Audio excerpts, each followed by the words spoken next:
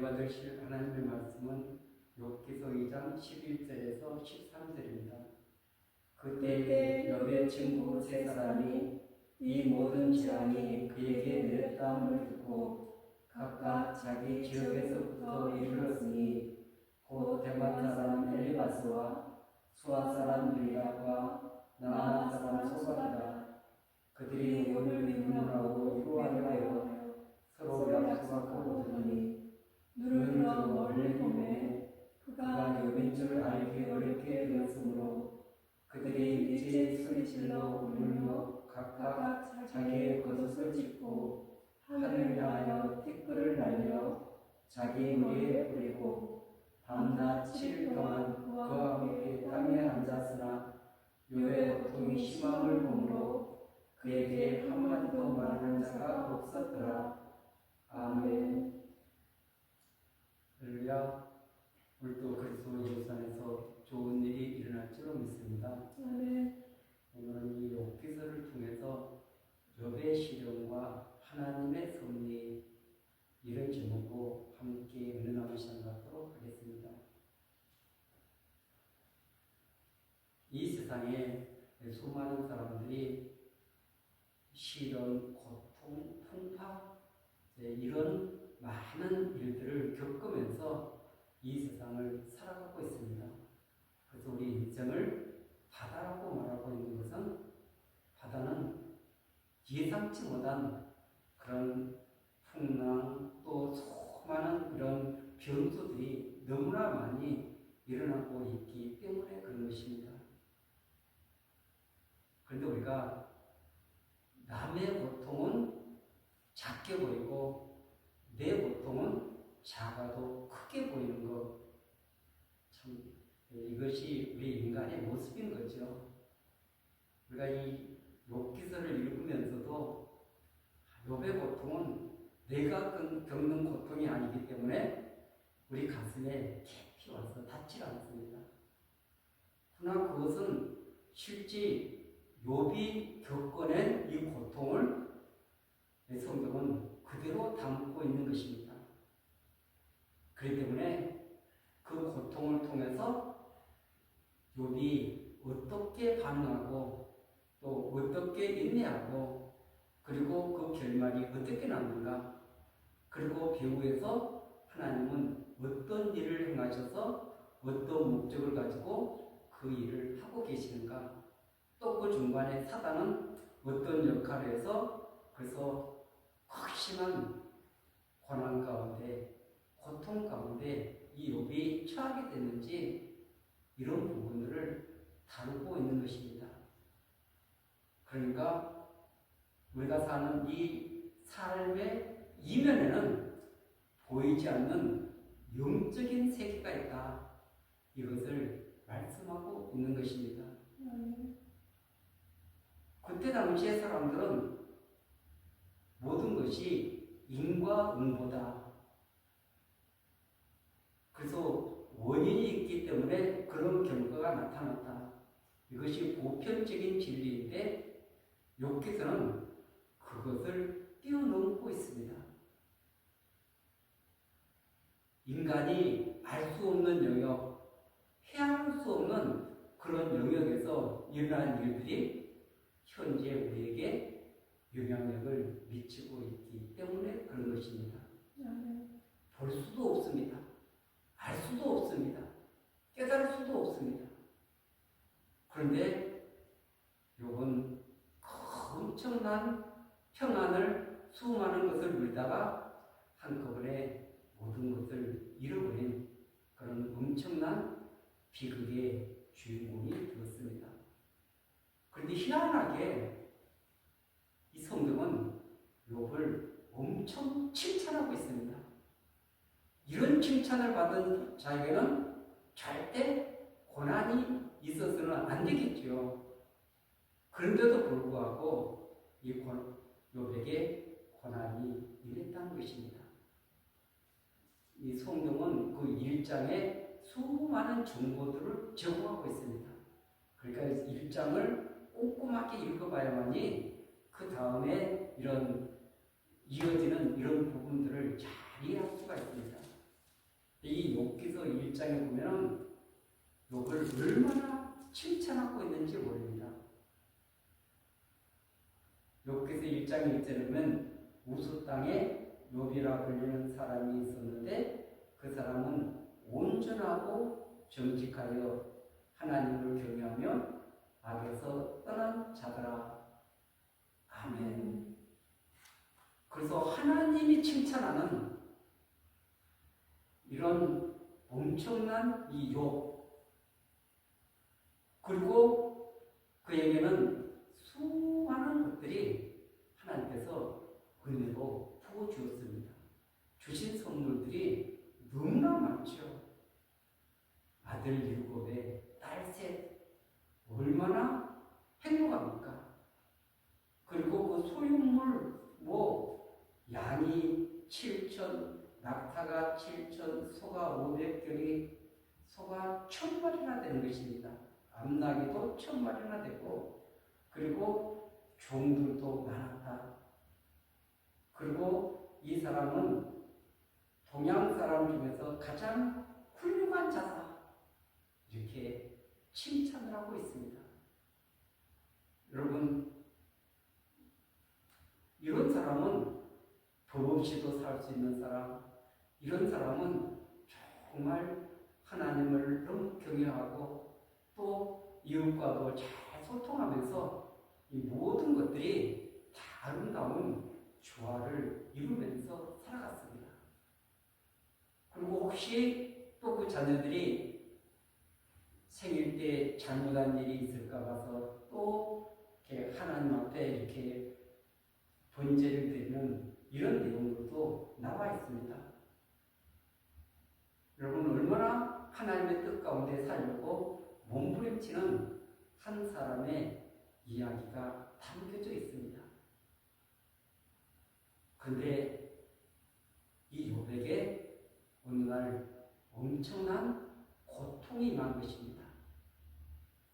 고난의 이유를 알 수 없는데 그 현실에게는 자신이 한 번도 생각해보지 못했던, 상상할 수도 없었던 엄청난 비극이 그 삶 가운데 일어난 것입니다. 이유라도 알 수 있으면 얼마나 좋겠습니까? 이유도 알 수 없습니다. 그리고 하나님도 한마디 그에게 말씀하지 않았습니다. 야, 너 이것 때문에 너에게 이런 시련을 줄 거야. 그러면 준비라도 할 수 있지 않습니까? 그리고 하나님의 어떤 계획이 있어서 이렇게 하는구나 이해할 수가 있는데 이것은 이해할 수도 없습니다. 알 수도 없는 그 일들이 현실 속에 그에게 나타나는 것입니다. 오늘 이 욥이 모든 것을 잃었습니다. 왜냐하면 자녀를 잃었죠. 그리고 그 모든 소유물을 잃었습니다. 종들도 잃었습니다. 그뿐만 아니라 그 안에도 하나님을 욕하고 죽으라 이렇게 핀찬을 하고 있죠. 왜냐하면 그런 상황이 되면 인간은 비난을 먼저 하지 그 사람에게 위로를 한다는 것은 쉽지 않습니다. 왜냐하면 함께 고난의 그 영광로 속에 들어갔기 때문에. 그래서 그 아내도 그렇지.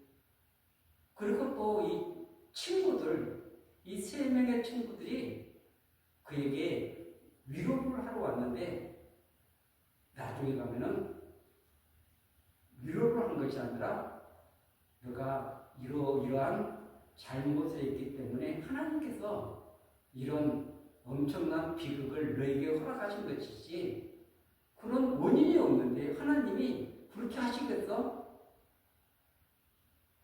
그들이 위로가 욥의 가슴을 치는 것입니다. 아프게 하는 것입니다. 오히려 더 고통스럽게 만드는 것입니다. 왜냐하면 원인도 알지 못하면서 그들은 자기들의 논리를 가지고 자기들의 상식을 가지고 욥을 비난하고 있기 때문에 그렇습니다. 정죄하고 있기 때문에 그런 것입니다. 판단하고 있기 때문에 그런 것입니다. 그들이 하나님의 섭리를 알았습니까? 모릅니다. 영적인 세계에서 이 엄청난 일이 벌어졌는데 아무것도 모릅니다. 그런데 자기들의 상식을 가지고 자기들이 아는 논리를 가지고 욥을 정죄하고 있는 것입니다. 우리는 남을 함부로 판단해서는 안 되는 것입니다. 그리고 위로가 쉽지 않다는 것을 알 수 있습니다. 왜냐하면 그 사람에게 맞는 위로가 되어야 되는데 오히려 그 위로가 되는 것이 아니라 그 마음을 아프게 찌르고 그리고 더 마음을 이렇게 닫아버리게 만드는 이런 위로를 할 때도 있는 것입니다. 오늘 이 욥의 모습이 이게 잠깐 등장하고 있는데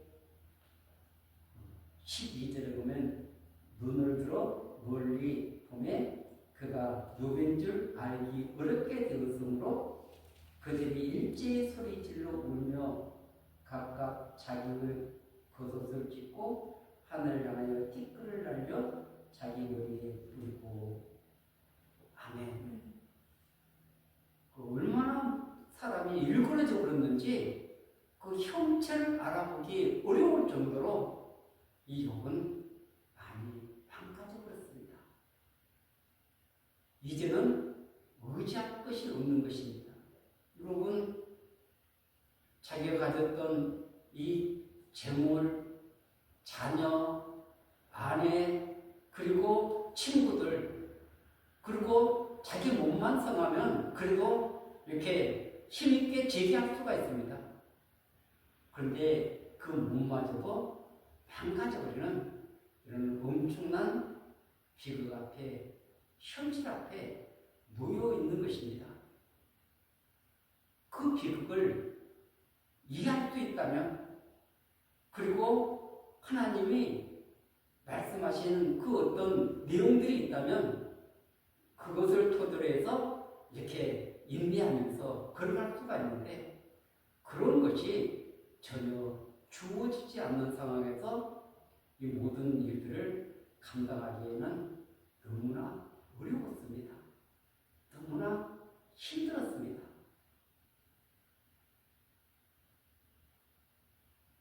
그런 그 상황 가운데서 이 욥이 제3장 이후에 가면은 자기 생일을 저주하는 내용들이 나와 있습니다. 차라리 우리 부모님이 나를 이 땅에 이렇게 태어났을 때 그 나를 받아주고 그리고 먹을 것을 제공해주고 이런 여러 가지 편리를 받지 않았다면 그때 내 생명이 끝나버렸다면 얼마나 좋았을까? 이런 가슴 아픈 현실은 나에게 다가오지 않았을 텐데 그러면서 자기의 생일, 태어난 이런 부분들을 이렇게 정말 저주하는 그런 모습들이 나와 있습니다. 만약 욥이 그 욥기서 42장 이후를 이렇게 깨달았다면 이런 하나님 앞에 이런 탄식, 이런 저주는 하지 않았을 것입니다. 그런데 그 하나님의 섭리를 알지 못하고 깨닫지 못했기 때문에 이런 그 마음에 있는 것들을 이렇게 쏟아붓는 모습을 보게 되는 것입니다. 때로는 우리가 이 마음속에 있는 것들을 하나님 앞에 쏟아놓는 것은 하나님이 기뻐하십니다. 왜냐하면 내가 그것을 품고 있으면 나에게 병이 되고 고통이 되고 아픔이 되기 때문에 하나님 앞에는 마음껏 쏟아 놓으십시오. 그래서 그것을 하나님께로 옮기고 또 하나님 앞에 토설하고 그리고 그분 앞으로 가져나가는 것은 좋습니다. 근데 그것을 사람에게 잘못 옮기게 되면 더 많은 상처, 아픔을 받을 수 있는 것입니다. 우리가 이 욥기서를 통해서 지금 2장을 보면은 사단의 참소를 통해서 욥에게 이런 엄청난 비극이 일어났다는 것을 알 수 있는 것입니다. 2장 1절에 보면 또 하루는 하나님의 아들들이 와서 여호와 앞에 섰고 사탄도 그 가운데서 와서 여호와 앞에 서니. 아멘. 여기서 하나님의 아들들은 하나님이 부르는 천사들을 지칭하고 있는 것입니다. 그래서 하나님의 신분뿐인 이 천사들. 근데 여기 지금 사단도 그 앞에 와 있는 것입니다. 사단이 마음대로 그 하나님 앞에 갈 수 있는 그런 존재는 아닙니다. 그러나 하나님이 초청했기 때문에 그 앞에 설 수 있었다는 것을 알 수가 있습니다. 그래서 이 지금 사단 앞에서 하나님이 이 욥을 칭찬하는 내용이 나와 있습니다. 그렇기 전에 이 사단이 지금 하는 활동에 대해서 2장 2절에 보면 여호와께서 사탄에게 이르시되 내가 어디서 왔느냐. 사탄이 여호와께 대답하여 이르되 땅을 두루 돌아 여기저기 다녀왔나이다. 아멘. 이 사단이 지금 그 하나님의 사람들을 공격하기 위해서 수없이 이곳저곳을 기웃거리고 있다는 것을 알 수 있습니다. 왜냐하면 참소할 거리를 만들어서 하나님 앞에 참소하고, 그리고 우리 마음을 무너지게 만들어서 하나님을 믿고 의지하는 일을 할 수 없도록 하기 위해서 수많은 방법을 다 동원하기 위해서 여기저기 돌아다니고 있는 것입니다.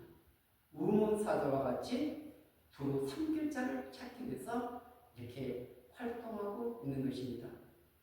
네, 하나님께서 지금 3절에 여호와께서 사탄에게 이르시되 내가 네 종 욥을 주의하여 보았느냐. 그와 같이 온전하고 정직하여 하나님을 경외하며 악에서 떠난 자가 세상에 없는지라. 내가 나를 충동하여 까닭 없이 그를 치게 하였어도 그가 여전히 자기 온전함을 굳게 지켰느니라. 아멘. 이런 하나님의 칭찬을 받는, 그리고 하나님께서 이 자랑을 하는 이런 욥에게도 그렇다면 왜 고난을 허락하시는 건가? 왜 그에게 정말 이 사단에게 일정 부분을 허락해서 그래서 수많은 이런 환난, 풍파를 당하게 하셨는가? 하나님의 의도가 없다면, 하나님의 목적이 없다면 사단이 그렇게 한다고 해서 그렇게 욥을 내주겠습니까? 하나님은 더 큰 섭리를 가지고 계획함을 가지고 지금 욥을 다루고 있는 것인 것입니다. 이 놀라운 하나님의 섭리를 알게 될 때, 깨닫게 될 때 우리 신앙은 좀 더 성숙해지는 것입니다. 더 믿음에 굳게 설 수 있습니다. 그리고 하나님을 신뢰하면서 더 깊은 믿음의 세계로 들어가게 되는 줄 믿습니다. 우리가 잘 알다시피 이 욥은 그 하나님의 어떤 음성, 그리고 하나님의 메시지, 이런 것을 받지를 못했습니다. 받지를 못했는데 그 수많은 시간들이 흐른 다음에 하나님이 나타나는 것은 38장에 등장하고 있습니다. 하나님이 38장에 등장하시면서 야, 내가 이것 때문에 너에게 고난을 허락한 거야. 내가 이런 계획을 가지고 이런 고난을 허락한 거야. 그렇게 말씀하면 얼마나 좋겠습니까? 근데 하나님은 그렇게 말씀하지 않았다는 것입니다. 제가 여기서 38장을 보면은 1절에 보면 그때 여호와께서 폭풍 가운데서 욥에게 말씀하여 이르시되 무지한 말로 생각을 어둡게 하는 자가 누구냐. 그러면서 이 4절이야 보면 땅에 기초를 놓을 때 내가 어디 있었냐? 내가 깨달아 알았거든 말할지니라. 아니 지금 땅에 기초를 놓을 때 욥이 지금 태어나지도 않았는데 어떻게 알 수 있겠습니까? 그런데 이 모든 우주 만물의 시작이 하나님으로부터 시작됐다는 것입니다. 그뿐만 아니라 하나님께서는 이 기초를 놓을 뿐만 아니라 이 모든 것들을 다 질서정연하게 이렇게 배치시켜서 우리 인간이 살 수 있는 모든 환경을 허락하신 것입니다. 그리고 이 나중에 가면은 그 양이 새끼를 베고 또 출산을 하고 이런 과정을 하나님이 물어보고 있는 것입니다. 아니 어떻게 그 둘에 있는 그 양이 임신을 하고 출산을 하고 이 모든 과정도 하나님의 섭리 가운데 이루어지고 있다. 이것을 말씀하고 있는 것입니다. 그것을 통해서 그런 들짐승들도 하나님이 개입하고 간섭하는데 너를 내가 간섭하지 않겠느냐? 너를 지켜주지 않겠느냐? 너와 함께하지 않겠느냐? 너를 붙들어주지 않겠느냐? 하나님의 그런 놀라운 섭리를 욥에게 알려주고 있는 것입니다. 내가 비록 고통 가운데 있지만 고난 가운데 있지만 내가 내게 이 고난을 설명하지 않았지만 그러나 나는 큰 계획을 가지고 뜻을 가지고 너의 인생을 지금 이끌어가고 있어. 그래서 우리가 때로는 어떤 사람 기도응답 할 때마다 받고 너무 좋아. 근데 지금 욥은 한 번의 기도응답도 없었습니다. 그 음성 듣지도 못했습니다. 근데 이 과정을 통해서 하나님에 대한 그 믿음, 그 견고한 믿음이 그 안에서 크게 자라가고 있었던 것을 알 수 있는 것입니다. 그 음성 안 들려도 또 보이지 않는 하나님 너무 늦게 나타났습니다. 너무 늦게 나타나서 그 이유를 설명하고 있는 것이 아니라 이 모든 세상의 이치를 설명하면서 욥에게 말씀했을 때 이 창조주 되신 그 하나님을 내가 신뢰하고 그리고 이 모든 역사의 수레바퀴를 움직이는 그 하나님을 내가 믿고 의지하며 따르는 것이 얼마나 큰 축복인가 은혜인가 이 모든 것들을 깨닫게 되는 줄 믿습니다. 그래서 그의 믿음을 더 크게 성숙시키기 위해서 하나님은 이런 고통을 허락하신 줄 믿습니다. 우리에게 다가오는 이 이유를 알 수 없고 부르짖어도 응답하지 않을 때 우리가 얼마나 낙심합니까? 하나님은 내 기도를 듣지 않아. 하나님은 나를 사랑하지 않아. 그러면서 하나님 앞에 온 마음 불평할 때가 있는 것입니다. 그러나 그분은 절대 우리의 기도를 외면하지 않고 우리를 선한 길로, 믿음의 길로, 영광의 길로 인도하기 위해서 때로는 침묵하고 계신다는 것을 깨달아야 될 줄 믿습니다. 그러면서 하나님은 그 하나님의 계획하신 바를 이 욥을 통해서 이루어가고 있습니다. 우리가 42장이라면은 욥이 이런 놀라운 고백을 하지 않습니까? 내가 전에는 하나님께 대해서 귀로만 들었는데 이제는 그 하나님에 대해서 눈으로 보게 되었습니다. 귀로만 듣는 것 갖고는 우리 신앙이 성장하지 않습니다. 그분을 직접 경험하고 체험하고 그렇게 할 때 더 큰 신앙의 성숙, 확실한 반석 같은 하나님의 기획하심은 우리가 측량할 수가 없습니다.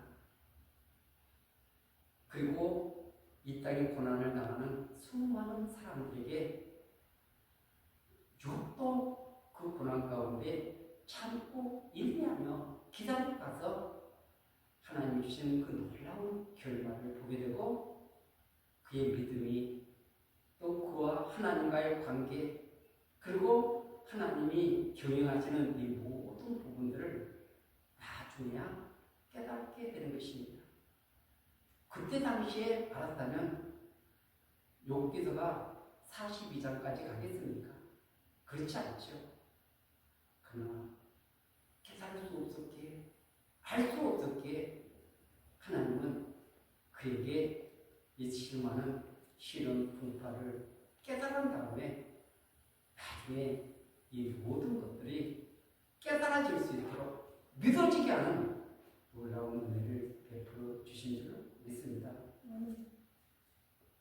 그리고 이 야고보서에서 이 욥의 인내에 대해서 칭찬을 하고 있습니다. 야고보서 5장 10절에 보면 형제들아 주의 이름으로 말한 선지자들을 고난과 오래 참음을 본으로 삼으라. 보라 인내하는 자를 우리가 붙들어 하느니 너희가 욥의 인내를 들었고 주께서 주신 결말을 보았거니와 주는 가장 자비하시고 긍휼히 여기시는 이시니라. 아멘. 우리 신앙에서 가장 힘든 영역이 인내입니다. 왜냐하면 내가 원하는 그 시간에 내가 원하는 것을 하나님이 주시지 않기 때문에 그 많은 시간들을 기도하고 눈물을 흘리며 정말 간절히 찾고 그 앞에 나아가는 이런 신앙의 모습 속에서 하나님은 우리에게 인내라는 엄청난 열매를 맺어가기를 원하고 계시는 것입니다. 그리고 결말은 하나님께 있는 것입니다. 그것을 이루신 분이 하나님이시기 때문에 그렇습니다.